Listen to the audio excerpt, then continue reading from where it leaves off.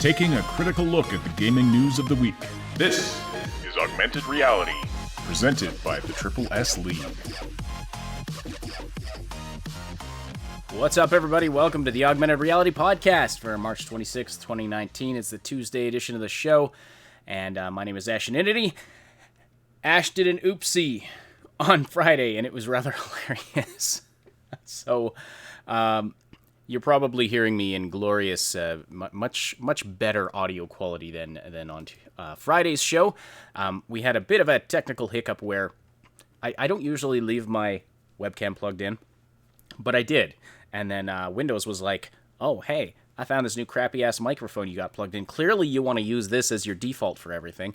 And so that's the microphone that was going into the stream on Friday.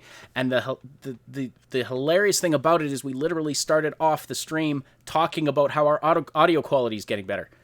I was slightly embarrassed about that. I was surprised nobody mentioned it, quite frankly, because I was listening back. I was like, wow, this is bad. What's going on here? But anyway... So, that's what happened there, but hopefully you're hearing me much better, and then you are hearing Cybsidian, I'm sure, clear as always, because his voice synthesizer doesn't bother with such frivolities as using microphone inputs. Anyway, how you doing? I did run low on coolant, though, before we started, and I had to get some more, top it off. If you're, that's a better joke than what I told everyone we were waiting for you to finish defragmenting, because that's the only thing I could think of off the top of my head. If you're listening live today, please say hello in the live chat. Send us your questions and comments there as well. We'll read and respond to as many as we can throughout the podcast. And don't forget to slam that like button. It likes it rough, and it tells us and YouTube that you appreciate this content. If you're listening after the fact on one of the audio-only platforms, we're glad you're here as well. We appreciate your likes and follows. It does take us a day or two to get the podcast up to the audio platforms. So if you want the latest info sooner, we recommend you click that link in the description to subscribe to the Triple S League YouTube channel. Lots of other fun content there as well. Hello, Blunt Man, Katriok, Stroblit, Whisper 803, Danny Boy, Dead by Default, Lord Anders Fredrickson. Good to see you, my lord. Bad Boys, Lou, and everyone else who was chatting. Welcome, everybody. Some names I haven't seen in a while. So, Another Corpus, glad you made it live today at Overlord 580. Minty is wondering, have we run out of screenshots for Cyberpunk 2077 to use in the thumbnails? I think we are due for new ones, honestly. Well, it's a good thing we're getting some soon. Hopefully. Oh, did I say that out loud? Oops. The tricky thing with it is that there are only so many good screenshots that you're able to grab that have good lighting and that show it properly and that illustrate, yes, this is Cyberpunk, that are recognizable for people. Plus, there's tons of fan art out there that some people use in their thumbnails. Unfortunately for us, we don't typically have time to chase down the artists and say, hey, can we use this piece of artwork on today's thumbnail? Because they're not going to respond in time.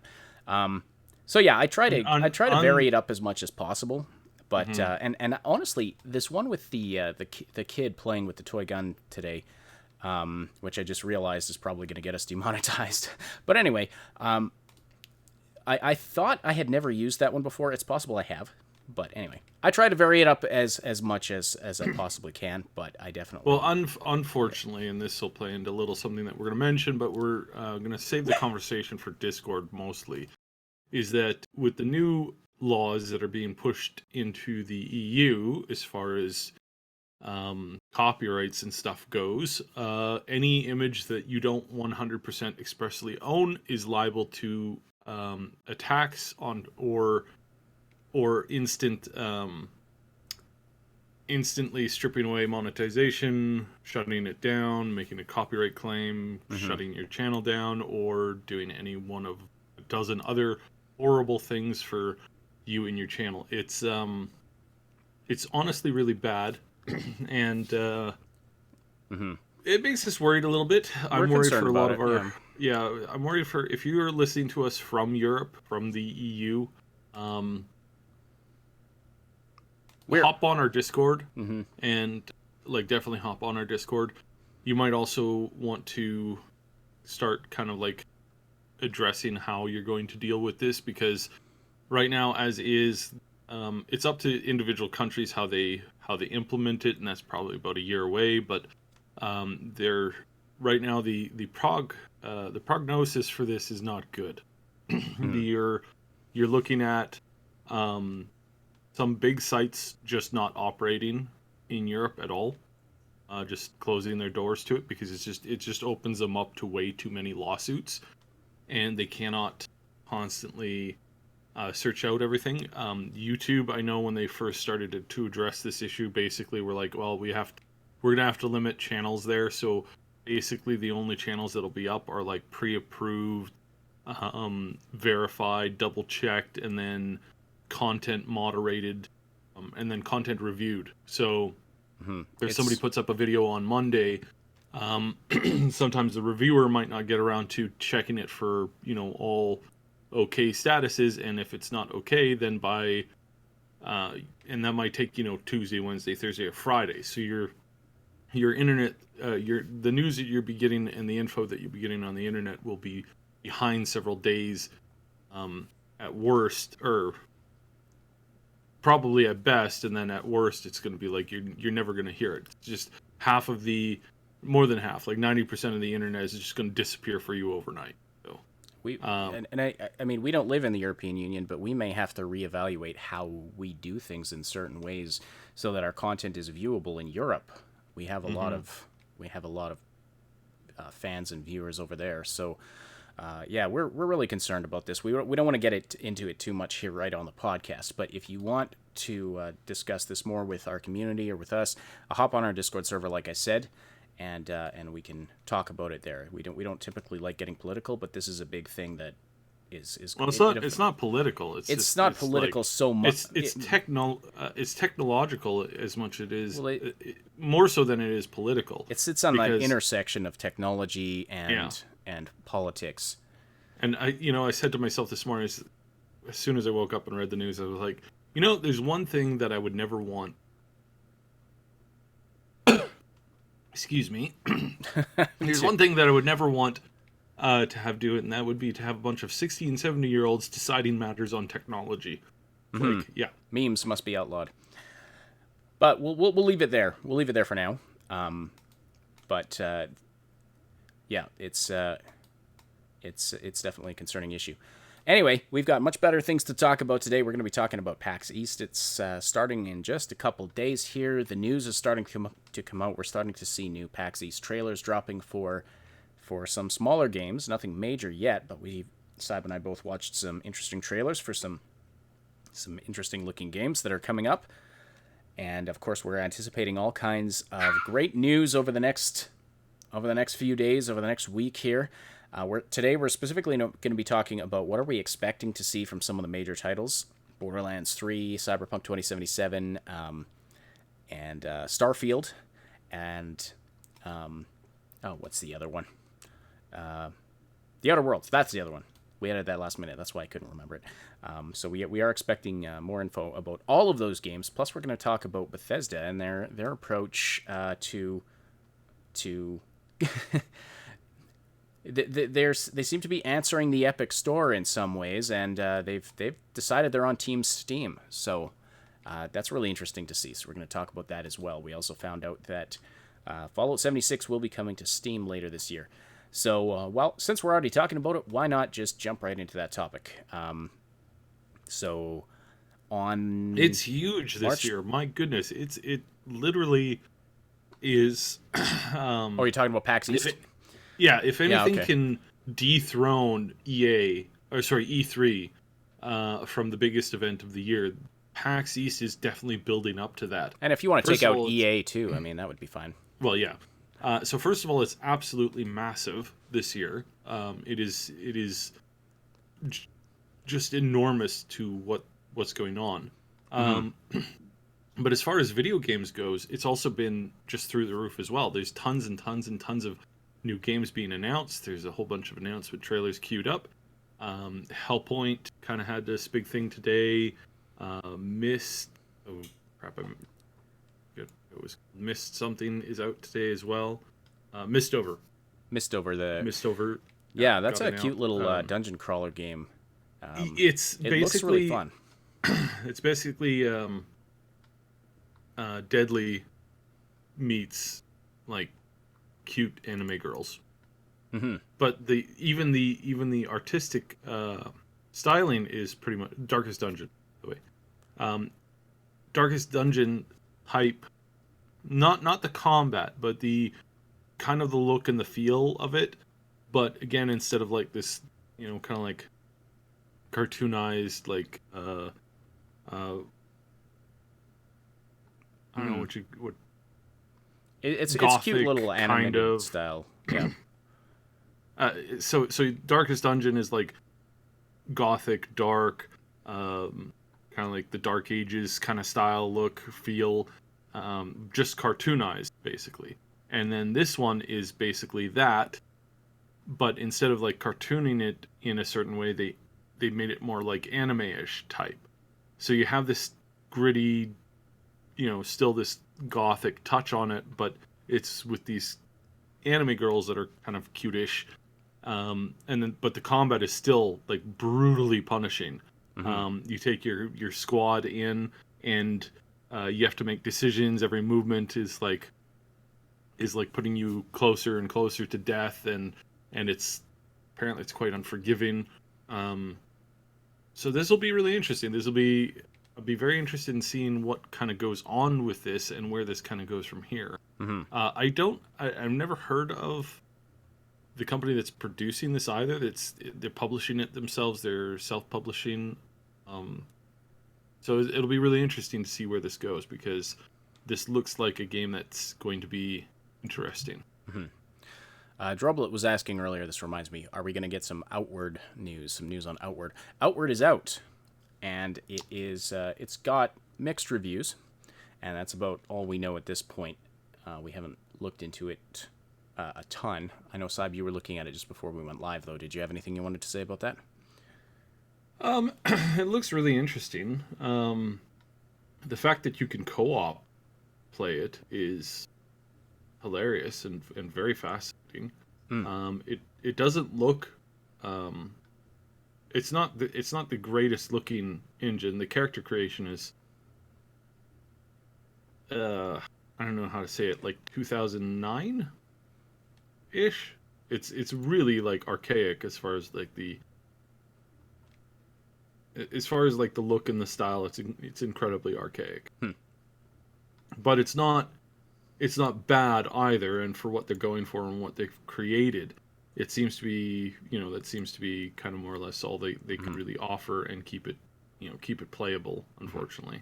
But it is out today on Steam, so if you want to check that out, that one's available to you.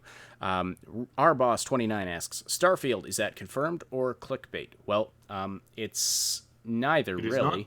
It is not confirmed, and the reason why it's there is to explain it.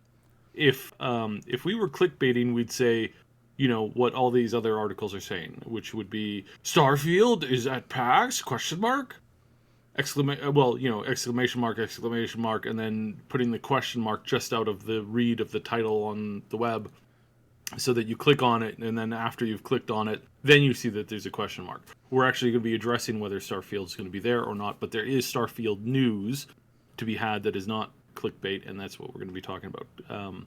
Might as well just get into it now.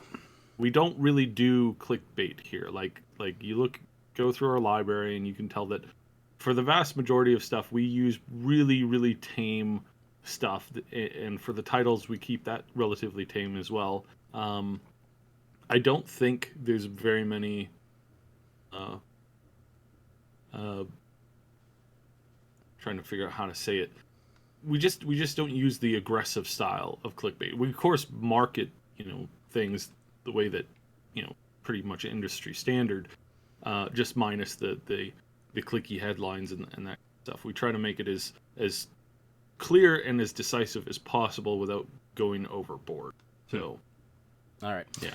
But anyway, so what is our news about Starfield for this week? So Starfield news, basically there's this thing that came out yesterday asking people what they were most interested to see at PAX East, and it went through all the games that have been announced and are coming out, and that are out.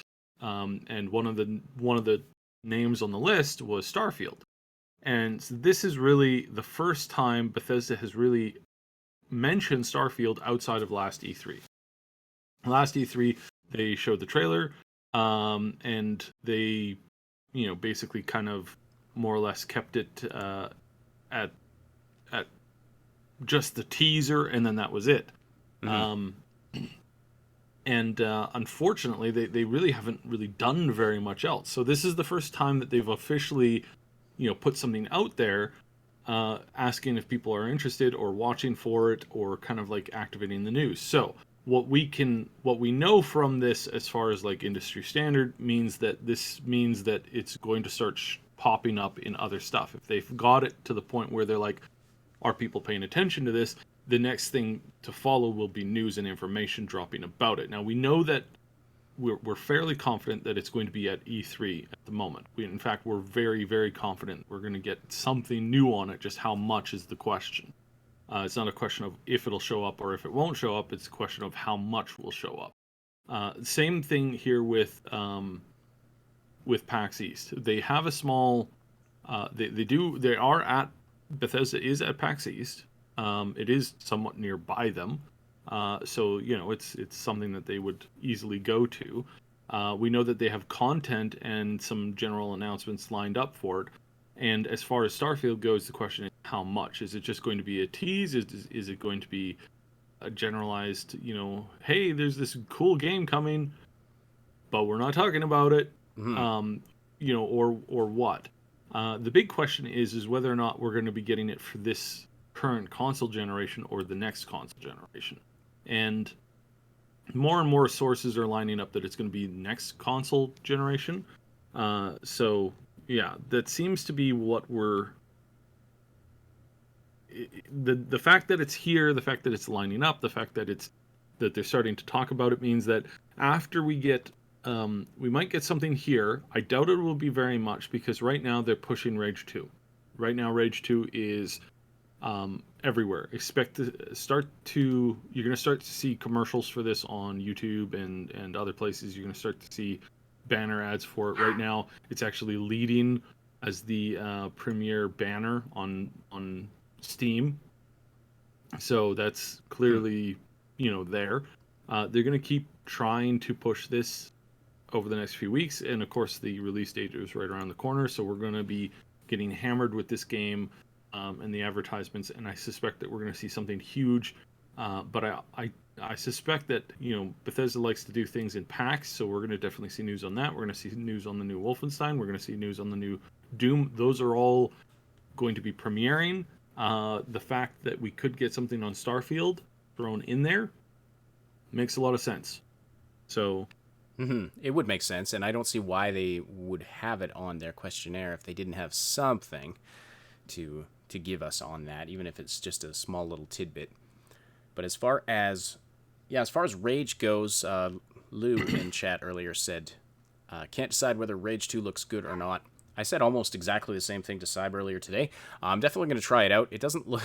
I'm not expecting anything fantastic in terms of story or characters or any of that stuff that makes a superbly great game, but it does look like some fun destruct, blow up, all kinds of things kind of combat. And so I'll be trying it out. I'll probably do a review for it. We're starting to try to get more into doing reviews here, so if you have any games in particular you want us to review, by the way, definitely comment or throw them in the content requests area on our Discord server. Now, Bethesda also has decided to dip their toe into the platform wars, or the PC storefront wars. They have announced that Rage 2, Wolfenstein Youngblood, Wolfenstein Cyberpilot, and Doom Eternal will all be releasing on Steam, as well as on the Bethesda store.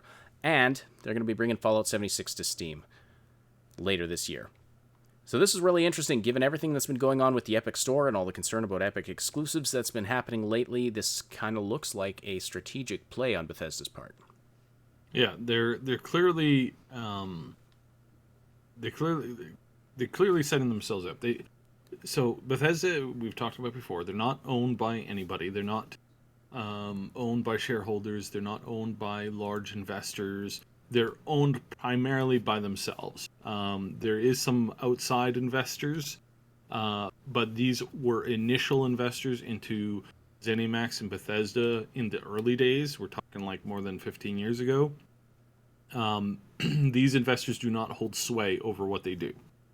And again, this is verifiable. You can cross-reference and search to see how the company was set up, who funded it, who built it.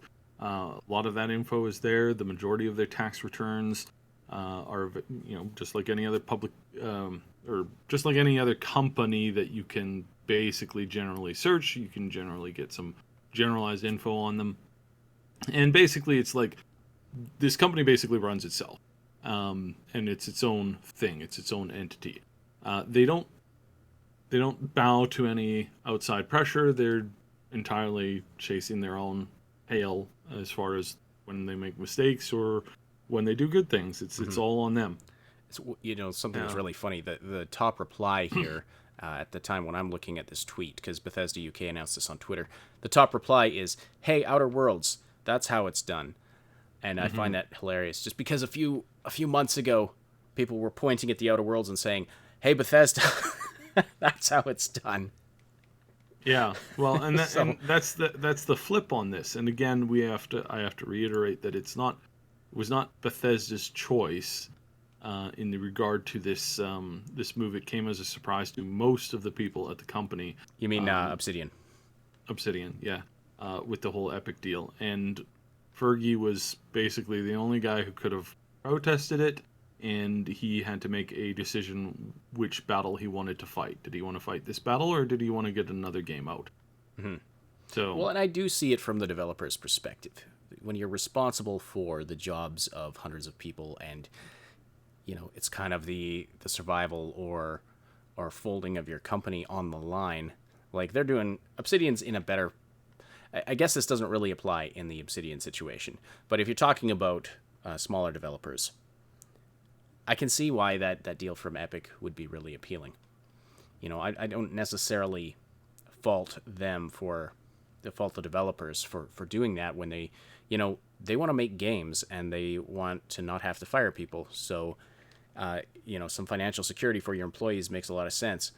In Obsidian's case, as we talked about in depth last week, the decision was made by their publisher via a contract that they had signed 3 years ago, long before the Epic Store even existed. So it was an industry standard case. contract. It's the same. It's the same contract that a lot of these other companies signed. It's the same one that Metro signed. And again, Metro is not happy about this move either. And they've they just addressed it, and that how much negativity they've gotten and how much negativity has been had, and how they're so unhappy with the choice to the point where even the head guy over at Epic said, yeah, this was clearly a mistake because people are not happy with them, and they've received a lot of flack for it. And the same thing with the Phoenix Point. They're receiving nonstop hate. They're receiving hate mail. They're receiving hate packages. There's just all the worst things that can happen. And the guy says the money was okay, but this reaction is not. And if I had to choose again, I would have not gone with this, because this is the hatred and the vitriol has gotten to a point where it's not worth the money.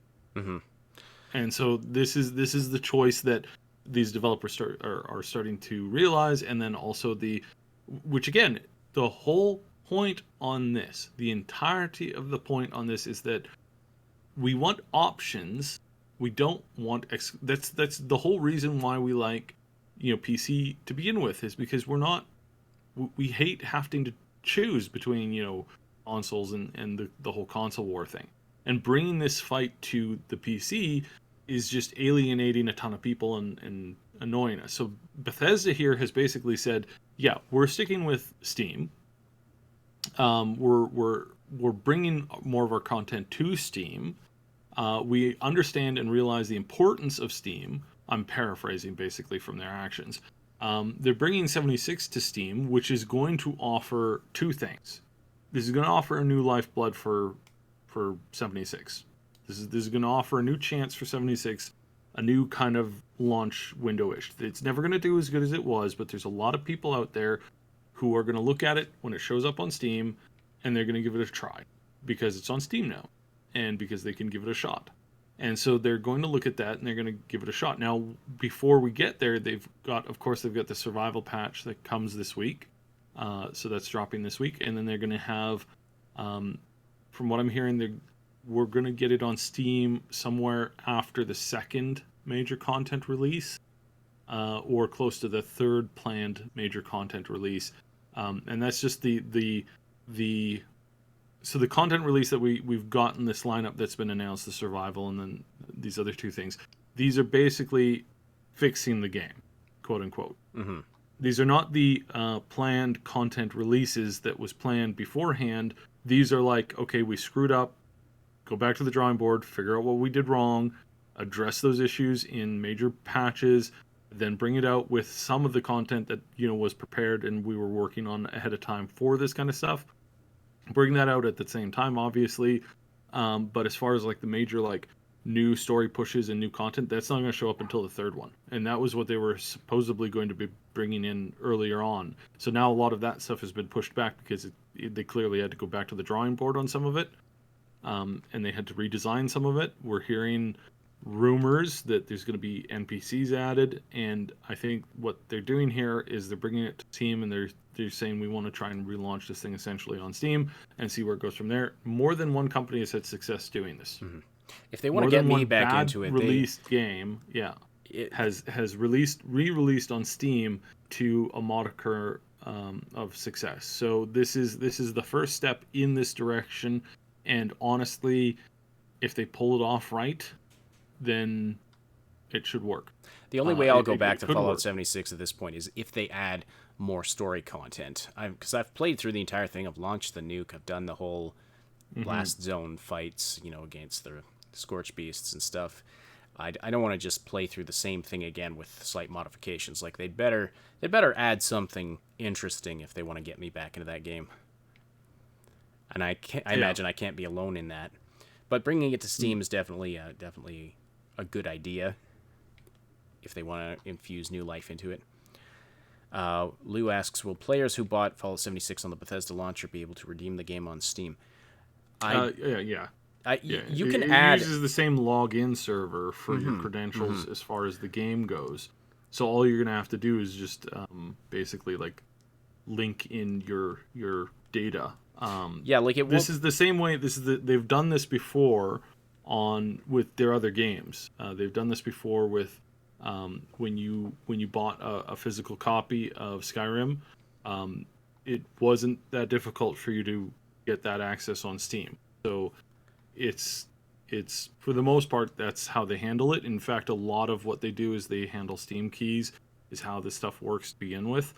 So that's typically how it works. So don't be shocked. Yes, and plus, if you just like using the launcher, you can literally add any game or any program to your Steam launcher menu. Yeah, you can do that now with it as is, but we're talking like an official thing. So will you get an official Steam key? Yeah. Well, yes, because it's the same account. And they've done this before, so I see no reason why they would do something different in this particular case, especially knowing that they would receive nothing but additional praise. flack and hatred. Oh, if they right, suddenly you were going the other way with that, yeah. If they suddenly charge you for all this stuff, they would run into an unending wall of vitriol. So clearly, and again, there's no reason why they've done this before. Would do it this way because they've clearly, done this before. So if your account is still good and your account is still okay and you haven't been banned, then it's going to be pretty easy for you to just to activate. Yeah, your Bethesda account will definitely still be there will be continuity there.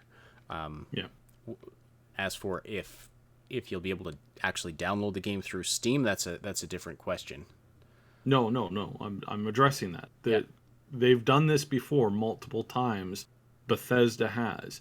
If you own one of their games and you're like, now I want to get it on Steam, and you have a PC version of the game, it's not that hard to get that transferred over. They've been very, very progressive on this concept of not making you pay twice for a PC game in the new generation. Now, you go back 10 years, a little bit different, but as far as like right now goes, this is how it works, and this is how the direction that they've been going for the last 5 years. Right. So good chance that that'll happen again. Jason Cropper, thank you so much for the generous super chat. Really appreciate that. No message, but he said hello earlier in the chat, so hello back to you. Glad you're here today. Also to all of the other folks who have joined. You're listening to the Augmented Reality podcast, and we're going to keep talking about what we're anticipating from PAX here. But I just want to say we love seeing the chat so active, and if you want to keep the conversation going after the live broadcast, we welcome you to join our Discord community. You can find the link in the description below. It's a place where you can chat with us and other Triple S fans about all the things we love to talk about and stay up to date about everything we're doing here at the Triple S League. Click the link below to join. Be sure to say hi to us in the welcome channel. Lots of great conversations going on there all the time. So my second favorite artist is in the chat, Rembrandt, and he confirms once again that that yes, the a big issue of that launch was the fact that it was on its own launcher. However, that was a strategic move by them to try and I don't want to get into it too much, but basically that was more or less planned, in the way that if they failed that launch, they could always relaunch it on Steam. Like, legitimately, that was part of the plan. It was not, hey, we screwed up, now we're going to launch it on Steam to see if we can revive it. A couple months before they released the game, they were at the point where they're like, okay, sitting around the room and saying, all right, well, we're going to do our side release, and then we're going to do the release on Steam later. And the primary reason for that is because we don't know if this game is actually going to be good. Because as they said before the game launched, they didn't know whether or not it would be a good product. Like, they legitimately came out twice and said, hey, we don't know if this thing's going to work well. And I mean, Todd came up on stage and says, this is something that we haven't tried before. This is legitimately something that is new to us. We've never done this before. We're trying it out. And I think that the launch was so horrible in the way that they handled everything, and it just spiraled out of control, and it was just one big mess after another big mess. There's definitely a lot of flack to be given them for that, justifiably earned as well. Very greedy decisions made by them. But at the same moment, there is a bit of a moment where they did warn us ahead of time, and they did say, just so you know, we might screw this up. Again, why they would come out and say this and not go back to the drawing board and make sure that everything was okay, or involve the community more for what they should be doing, etc., etc. All the normal issues that should have gone on there, would be great if they had done that, but they didn't. So. Well, if they're doing it as an experiment and they want to be honest, this is an experiment, I'm fine with that. My issue with it is that they charged $60 for it, or I mean, $60. It's American. It's more if you're living in the Great White North here, but yeah, that was one of the big problems. I think if it had cost a third of that, then the flack they would have gotten would have been much, much less. There would have still been legitimate criticisms to be had, but I don't think it would have been nearly as intensive. Jason Cropper says, it's the guy who gave us the super chat earlier, guys, I love the videos and the honesty that goes with them. Thank you. You know what? We really appreciate hearing that, because we definitely do get our share of negativity aimed our way. it's a lot of it from time to time. But we've gotten all right at we've gotten pretty good at just kind of letting that run off the duck's back, as it were. That's a terrible simile, but the only thing I could think of right here and now. But anyway, we appreciate hearing when you guys appreciate the content. That really does help us out, keeps us motivated to keep going with what we're doing here. So there's been a lot of messages about Borderlands 3, so let's talk about that next. What are we anticipating to see at PAX East regarding Borderlands 3? So Borderlands 3, back in, good lord, the fall last year, we happened to mention that we were we had been given some info, and that one of my sources had come through and said, "Hey, we have some Borderlands 3 info, and this game is coming out soon, and they're working on final steps to localization, which is usually a big step before the game is completed." And that was probably a major announcement was on its way sometime within the next couple of months. Gee, I love being right. So this is now being teased more and more by Gearbox, and they are expected to make a major announcement this week.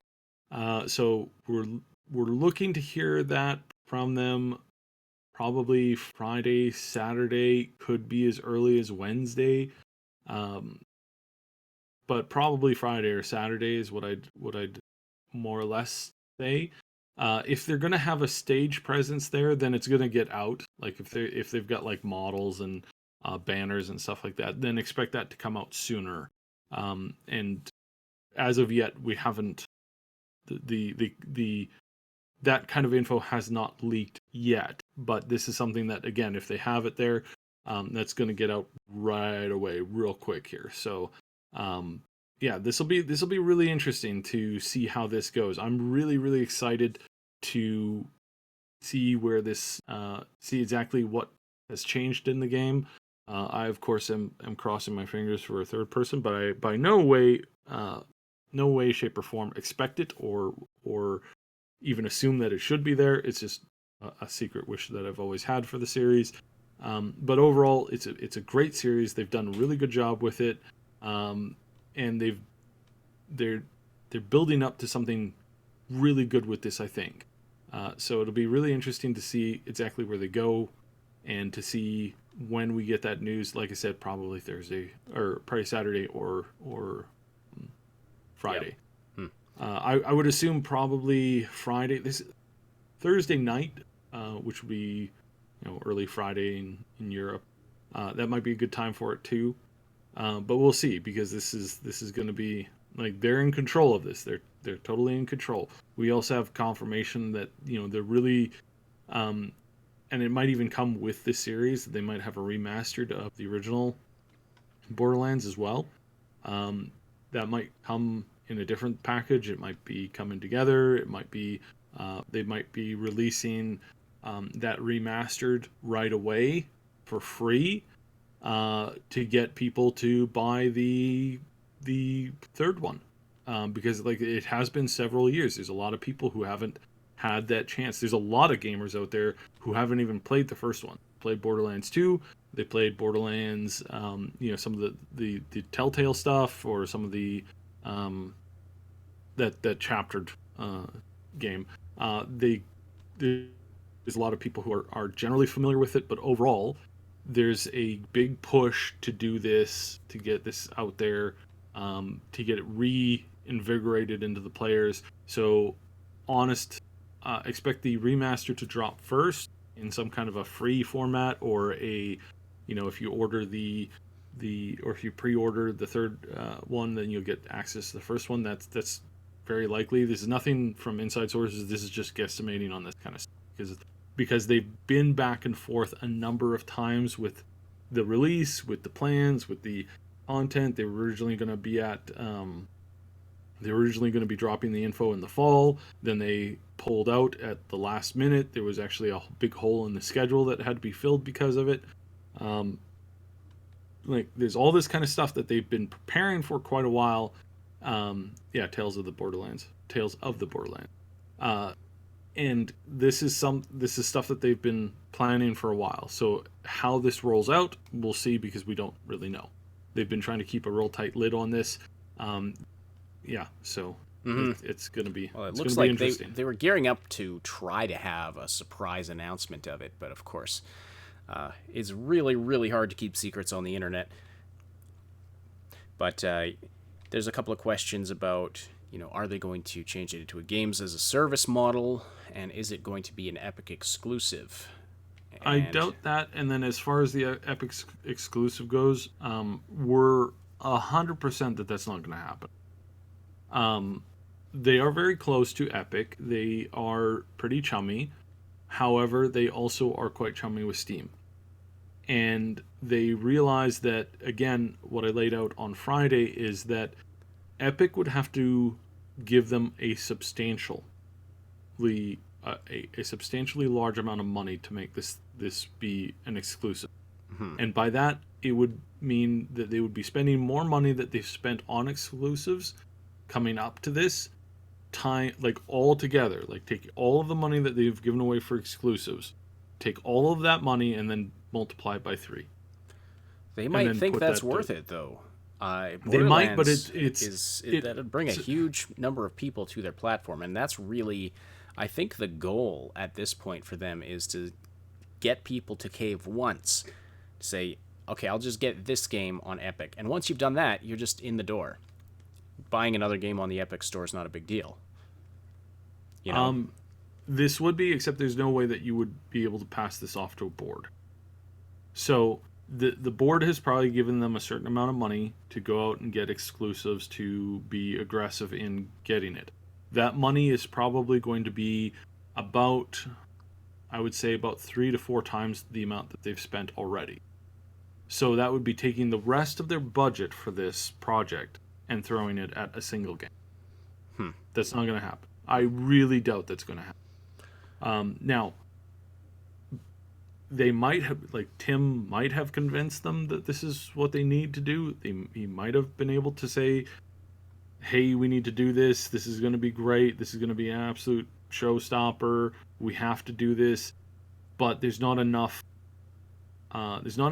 background to it to confirm that. This isn't some, this isn't like Halo series. This isn't some something that's been in the market constantly. The last game flopped from this series, the Battleborn. It absolutely, which was tied to this whole series. It absolutely bombed. There's no way that, in my estimation, there's no way that Tim could have looked at that, used that, gone to Tencent, gone to the investors, and said, "Hey, I want to make a $100 million bid on this game," because again, that's what it would basically cost. Because again, we're talking about Gearbox, we're talking about how they do business, and for the most part, this is not something that's going to fly. Randy is shrewd. He's a shrewd businessman. He knows. Some might say he's even greedy. Some might say he's a bad boss. I'm not arguing with that. I just said he's very, very shrewd. This is somebody who's going to chase you down. If you go toe to toe with him, he's gonna be cat to, it's gonna be like wrestling a cougar. I don't know if you've ever wrestled a cougar, but it's not fun. Not since that one time. And for the most part, he wouldn't, like I said, the amount of money that they'd have to give them would be 2 to 3 times the total amount of money that they've spent so far. That's a lot of dollars. That's just not going to go over when they can continue to buy out these small games, some of these upcomers. They can put their foot in the door with them for a lot of these studios. What you need to realize, we're not talking about Obsidian here, but we're talking about the smaller studios that they've gone in. They've gone in, given them enough money to make the next game, to build a foundation with them, and they're, like with Metro, they're not interested in selling this Metro. They're interested in selling the next game that these guys make. And that goes for all of these companies. It goes for Phoenix Point. They're not interested because they know that Phoenix Point isn't going to sell well. What is going to sell well is going to be the next game that this guy can make. This is this first game that he's made with this new studio. His studio is still small. He's getting to the, he's putting the pedal to the metal. He's trying to build it up. They're not interested in this game for what it can bring to their market. They're interested in investing to a point where this guy is going to sell their next game exclusive to them as well. And it's about the future. It's about planning ahead. A lot of these,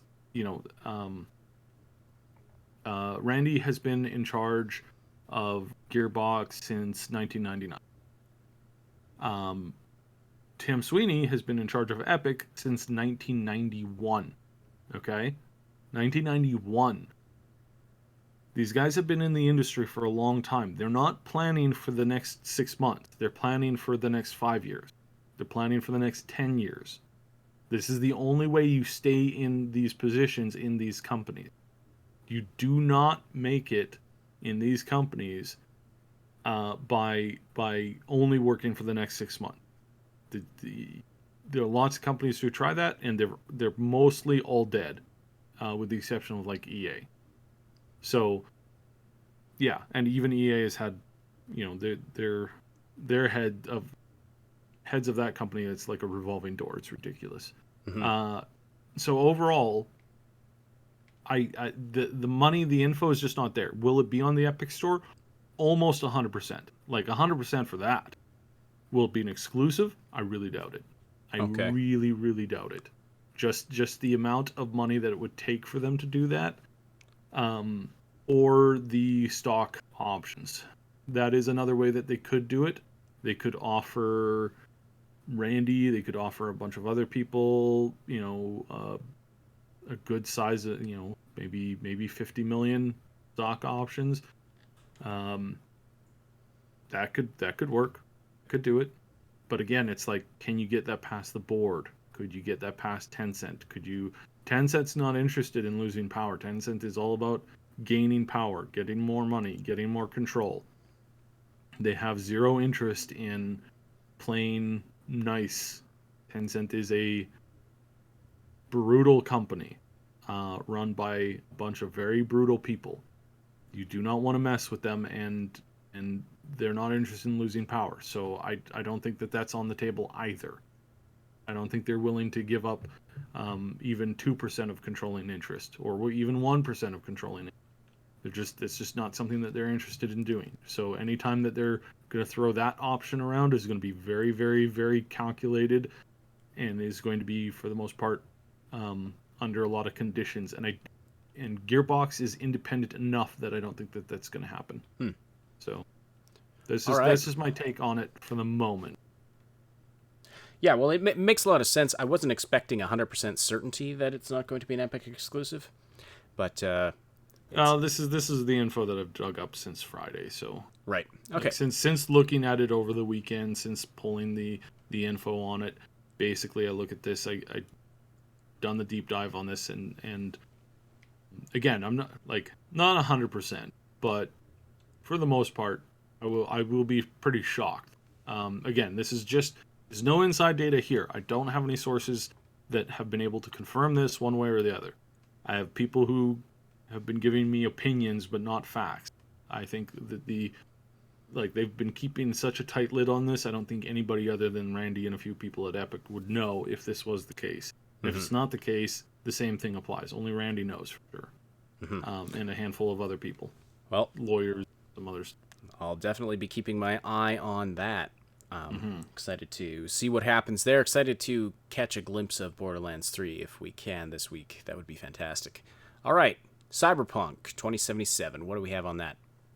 So they had a new interview with one of the Quest head designer people, and this has brought more. We've talked about this before, about them creating the game in such a way that you could play through it on a pacifist run, meaning that you don't kill anybody. Now, a pacifist run is something that only happens in a handful of games, or it only happens in unique scenarios within a handful of games. You can do a pacifist run of Jagged Alliance 2, which is entirely a combat game, with the exception of that you have to kill one person, and that's the dictator. And you can do that. You can go through the entire game, avoid all conflict, get to the point where you can kill the queen, or whatever she calls herself, and be done with it. That is an option. That is actually a fast way to speedrun the game. Same can be said for Fallout 76. Sorry, not Fallout. Fallout New Vegas. You can do that, with the exception of actually with no exceptions. You can run the entire game start to finish and complete all of the quests and get to the end screen with the outcomes by doing nothing in the way of combat, by fighting no one, by talking your way out of the most of the situations, most of the scenarios, avoiding combat, if at all possible. Is that what they're going for with Cyberpunk 2077? They want to give you as many options as they can. However, there will be some options for sure. Well, from what we've seen, there will be some unavoidable conflict. So there will be scenarios where you're forced to, at the very least, fire back in response to being shot at. There's a small chance, there's a small percentage that you're going to be forced to kill certain main characters or story characters as part of the progression of the story, as far as the progression of the lore. We've seen some combat scenarios show up that seem to be unavoidable. For example, the car chase. As soon as she gets into the car and starts driving, the van shows up and they start shooting at her. She shoots back. There was nothing leading up to that initiated that combat. That just seemed to be a random scenario, because these weren't people who were tied to the faction that she was fighting, trying to get the robot from, because she wasn't even hired to get the robot from the people.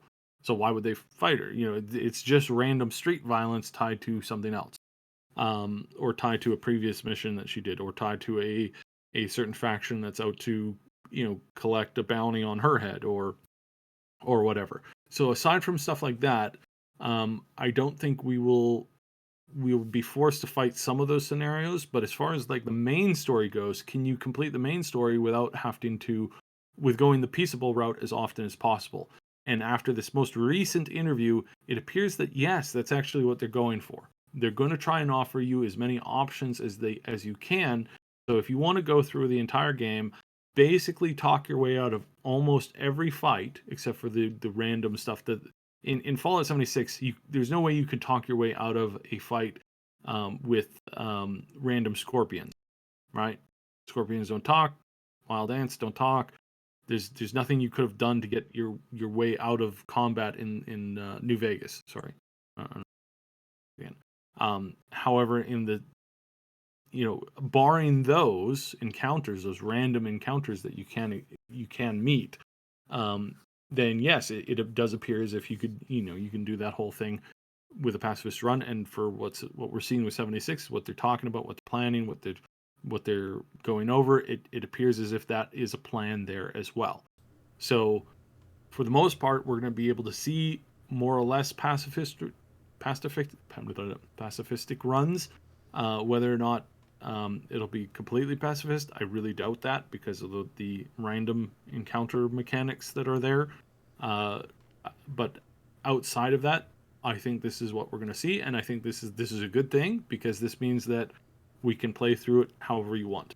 Mm-hmm. If you want to play through it as a badass, you want to play through it as a psychotic killer, you want to play through it as a smooth talking, good looking Han Solo type, then that's talk your way entirely out of up situations. to you. Yeah, I wonder what the options will be for non-lethal combat, non-lethal takedowns of enemies. Because then I guess when you say pacifist, that means like you're not fighting at all. But you could also do a combat playthrough, knocking people out potentially if the right mechanics are in place.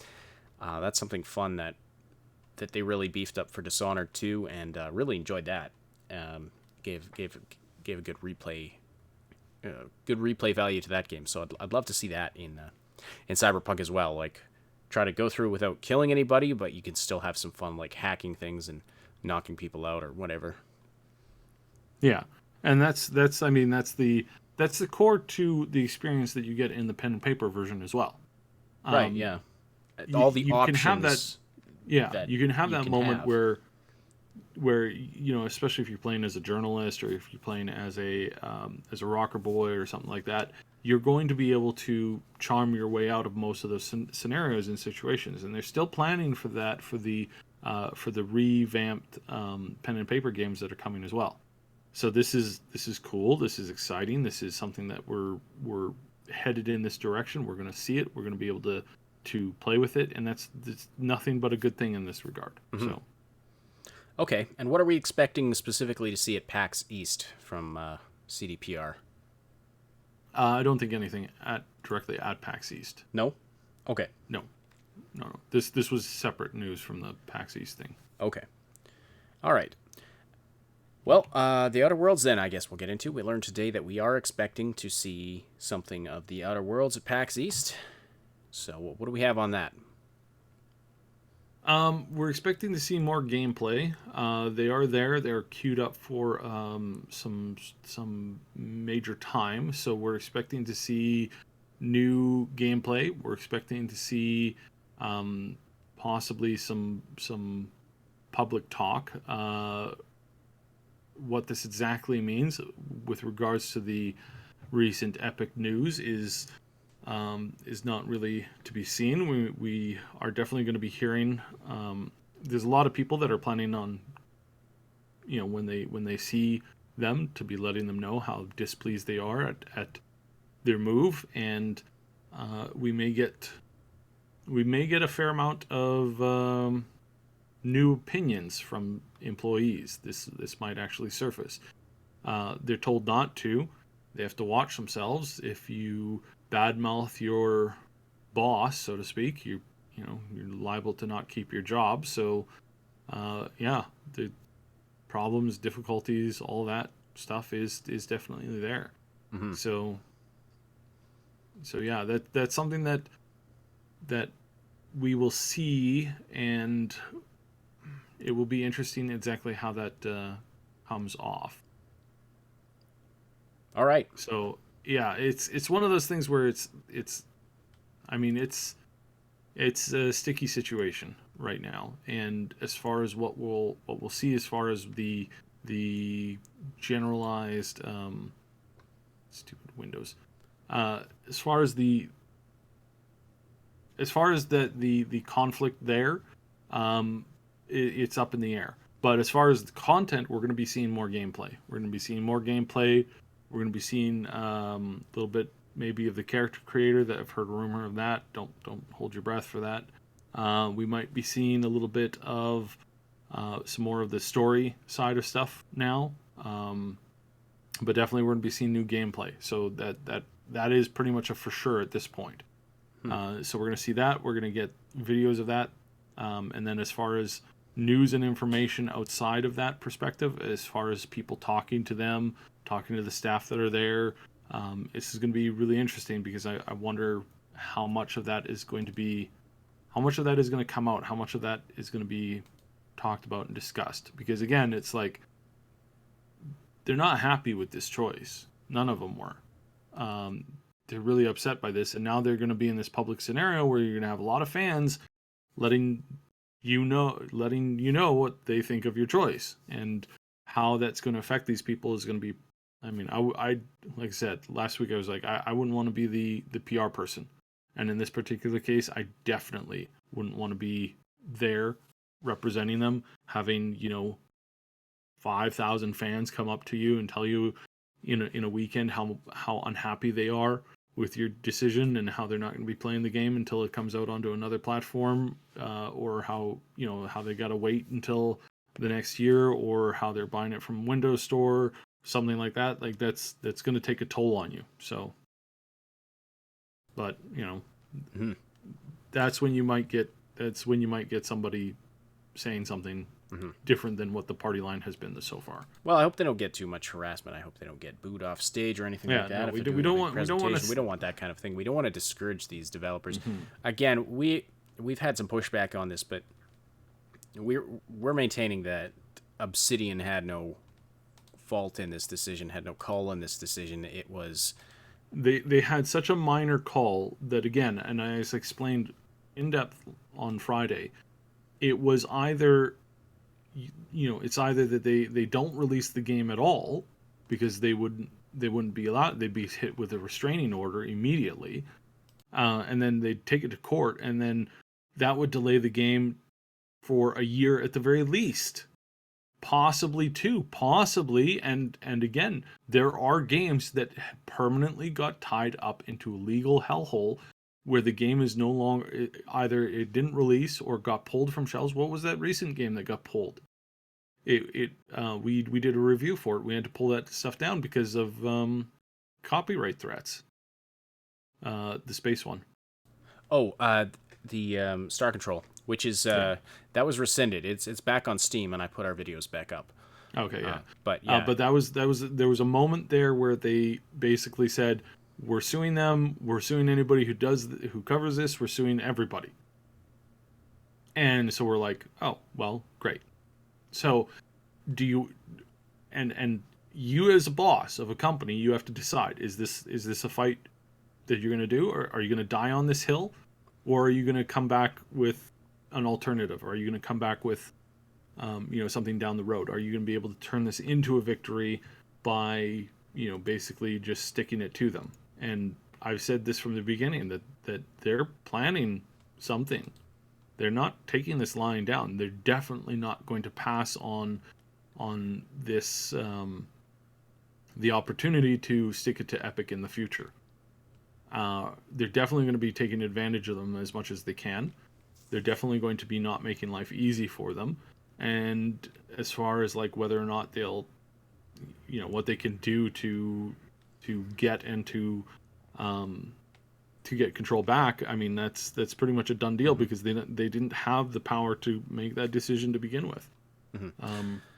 to answer Again, this is industry standard. I know it's like thumping on a pulpit here, but this is industry standard stuff. You sign up with a publisher. Publisher gives you money.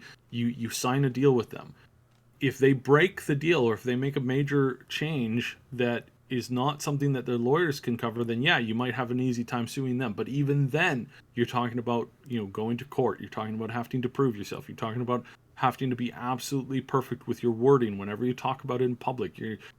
All of the issues that come with that, even when you're 100% in the right. But when you had something sneaky done to you, to the point where it's like, well, we might lose if we take this to court. There's a good chance that we might lose something. And if that's the case, then you have to make that decision. Is this something that you're willing to lose your entire company, your entire way of life? Are you willing to put everybody who works under you under that same scenario? Are you willing to basically make that chance, draw that out? Is that something you're okay with? Are you okay with being in that position? A lot of people are not. To answer Rembrandt in the chat here, if they can prove after the fact that Take-Two damaged their brand by decisions they've made that were not in line with the contract, then they might be able to sue for damages. But there's really they can't at this point get out of the contract just by saying we don't like the decision you've made, because the decision of where to distribute the game is completely in their hands as per the contract, we can presume. Now, and this is where Microsoft plays a big role into this. First of all, when they were bought out, because their hands are also tied here, they're caught in this weird limbo position. And I didn't explain this last week, but let me try to explain this a little bit here. Because they're bought out by Microsoft, and this deal with Take-Two was done ahead of the buyout from Microsoft. There's some like grandfathering of rules that are coming across here. But in the future, Take-Two is not dealing with Obsidian anymore. They're going forward from this content, going forward from this perspective. Take-Two will never be dealing with the same people at Obsidian ever again. They will never be able to do this again to these people, because now when they show up to talk with them, now when it comes time to making deals, now when it comes time to talking about future releases, they're not going to be dealing with Ferguson and one or two of his company lawyers, or a retainer that the company doesn't even have full time. They're going to be dealing with a room full of lawyers who this is their full-time job. We're talking 10, 12 lawyers showing up to every single meeting, taking notes constantly, and scrutinizing you. Take-Two really stepped in it here. Because if they've made an enemy of Microsoft, they're screwed down the road. Mm-hmm. They're absolutely screwed. If they were to continue to push, if they were to make an enemy of them. Right now, it's kind of like, all right, you pulled a dirty trick. Good for you. I don't think it's going to work out for you. But just know that we're never going to enter in a conversation with you ever again without a room full of lawyers and without, full scrutiny of everything that you do. Period. Well, and that's the difference here between between this situation and the Disney versus EA situation. Disney is a behemoth, and they have that room full of lawyers. They probably have a dozen rooms full of lawyers at any given time. Disney owns Star Wars, but Disney's not the developer, and they contracted out to EA. Okay, here, make some games for us.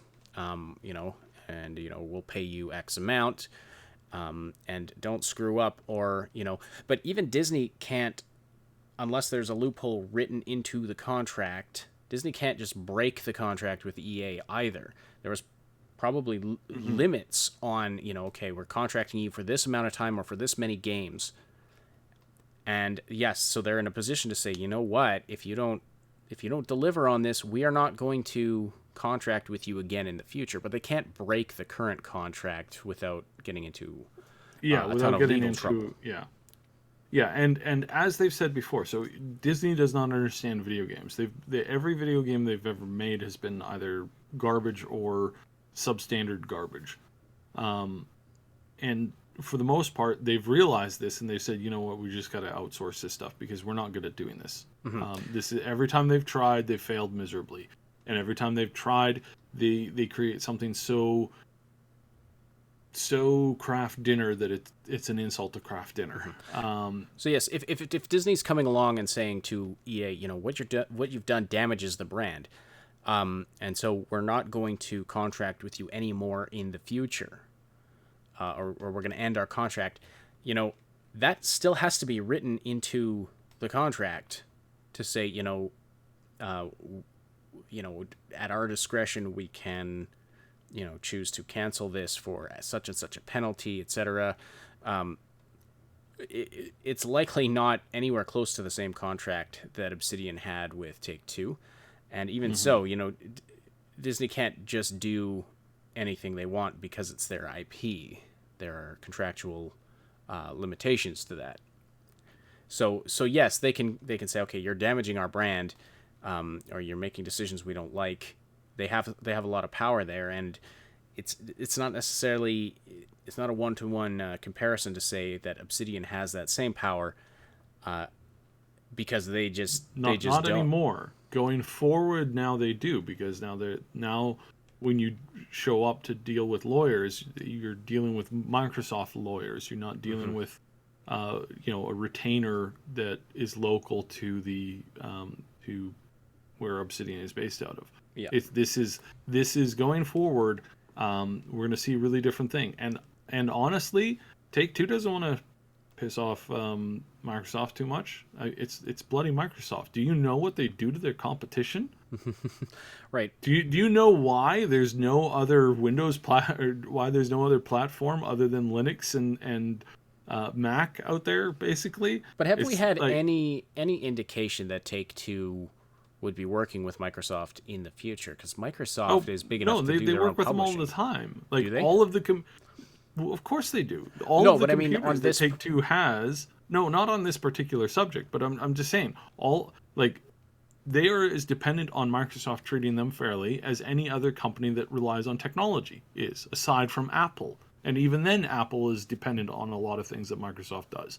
Mm-hmm. So in this particular case, you don't want to make an enemy of them. And you've already, took a step in that direction. In this particular case, Take-Two is the bully at school who's been bullying an orphan, who's been kind of nice, but he's only been nice so that he can take advantage of him later, and he steals the guy's lunch money on more than one occasion, and then suddenly, this poor little orphan kid has been adopted by the richest, most powerful person in the city. Now the bully is like, okay, I guess I should keep my head down. He steals his lunch for the last time when he knows that he can, and then he's kind of like Eric Cartman. Like, this is a great example. It's like Eric Cartman. Take-Two is essentially Eric Cartman here. But they still went ahead and did this Epic deal after the Microsoft buyout. Right? Is that the stealing the lunch money for the last time? That's the stealing the lunch money for the last time. That's still a risky doing the move, last I would thing. think. Well, it is, of course. And on Friday, and I expressed how much of a risky move this was. This is basically Take-Two is never going to work. Is never going to get any more work from Obsidian ever again. Period. They're never going to work together on a future project because of this. There was a good chance that they weren't going to ahead of time because of the whole acquisition anyways, which is why they screwed them in the back like this, which is why they're not even taking the money. They're not even distributing the money that they got from Epic. Take-Two is taking pretty much, from what I've heard from my sources, have taken pretty much all of that sign-on bonus, selling the product strictly on the Epic Store. They've taken all of that money and walked away. Basically. This is basically a divorce. They took everything. They took the house, they took the bank account, they took everything, and they said, okay, and you're going to get paid a little bit from these game sales. But well, that's it. To be fair, Obsidian did cheat a little bit. That was a joke. They got themselves a nice Microsoft sugar daddy. All right. Yeah. And on that, I mean, that's kind of a weird analogy, but sure. On that note, we're gonna wrap up the podcast. Sorry for the terrible jokes and the awkward analogies, but hey, we try to digest everything and try to make it, as understandable as possible. Some of this can get a little complicated, but anyway. That's the risk of doing a live show. Sometimes you say things and you're like, why did I just say that? But now it's out there for everyone on the internet to hear. But anyway, we do appreciate everybody listening and supporting this show. If you haven't already, please take a moment to slam that like button. We really would appreciate that. It tells YouTube you like this stuff. And also comments. I'm hearing that comments really make a huge difference. So if you want to write a comment, we would definitely appreciate that. All right. Thank you, everybody, for supporting this show, for the great conversation in the chat. Thanks especially to our Patreon supporters, Old Man Manson, our 2 anonymous supporters. Thank you also to Captain Dammit, our channel member, and Jason Cropper for the very generous super chat today. Don't forget to like and sub if you appreciate this weekly content. If you're listening after the fact on SoundCloud, iTunes, or Spotify, thank you for subscribing and reviewing the shows there as well. And hey, feel free to join us on Friday, noon Pacific time, 3 p.m. Eastern time, for the live show where you can interact with us and other listeners and be a part of the discussion. The Augmented Reality Podcast is a presentation of the Triple S League. Check out our YouTube channel for game guides, reviews, comedy, news updates, and anything big coming out of PAX. Prepare for some content on that as well. I'm sure there will be tons to talk about on Friday on the live show. My name is Ashtonity, and on behalf of Obsidian, thank you all so much for listening, and we will talk to you later this week.